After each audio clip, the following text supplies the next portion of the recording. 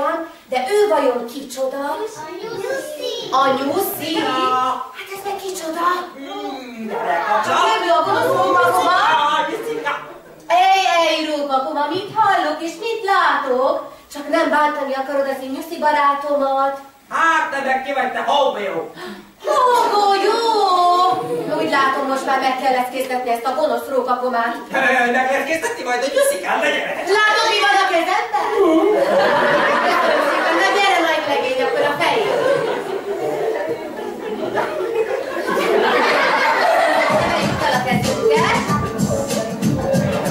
És egyik oldalra, másikra, egyikre, másikra. Na hát? Hogyan jön a Mikulás? Hogyan jön a Mikulás? Figyeljenek! Beugrik a kivéget, ruhája nem lesz kormos, mégsem utazik rénszarvas szálon. Ugyan már, hiszen én tudom már, ki lehet, ó ember jöhet-e. Várj, csupa, hó, embernek is csuda jön. Várrák a ding-dong, kip-kop, várrák a ding-dong, kip-kop, várrák a ding-dong, kip-kop, ho. Egy-két hálét fog lekúszni, egy-két hálét foglal. Teljesen jó, jöjj el, terülestél a hó. Minden kedves már voltál, vidám ének hangja száll. Nagyon vártatok már? Nem hallottam, hogy csak rossz gyerekek vannak. Jaj, Mikulás, hát hogy megváltoztál? Nem is a Mikulás! Mindjárt leteszteljük, jó?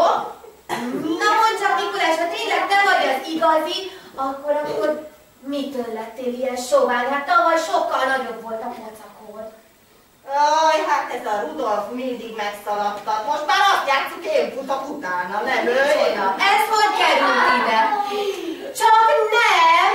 Hogy az elnök kellene, menjél szépen és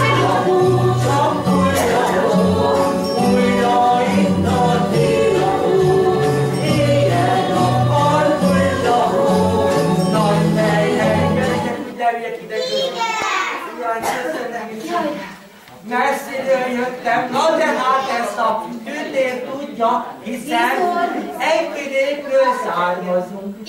Együtt csomagoltuk az ajándékokat, mert ez a bronkuszka nem segített nekem, mi van benne?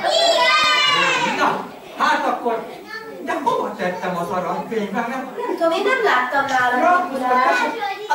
Az aranykönyvről nem. Na, akkor szaladj vissza a nagy erdőbe, ott a 100 éves tölgyfa árnyékában lehet, hogy megtalálod. Na, hiszem, gyorsan. Na, akkor nagy figyelmet, csendet kéne. Benne van a prémium. Azt mondja, hogy vegyétek a porcukor, ördek a liszt. Mikulás, az a szaloncukor. Ja, tényleg, akkor lapozok el. 3.430.000 forint gázszámla. Tyúha, az meg az északi sarkresnye lesz. Hát bizony. Gyerekek, melyik városban vagyok? Tokióban? Hol vagyok?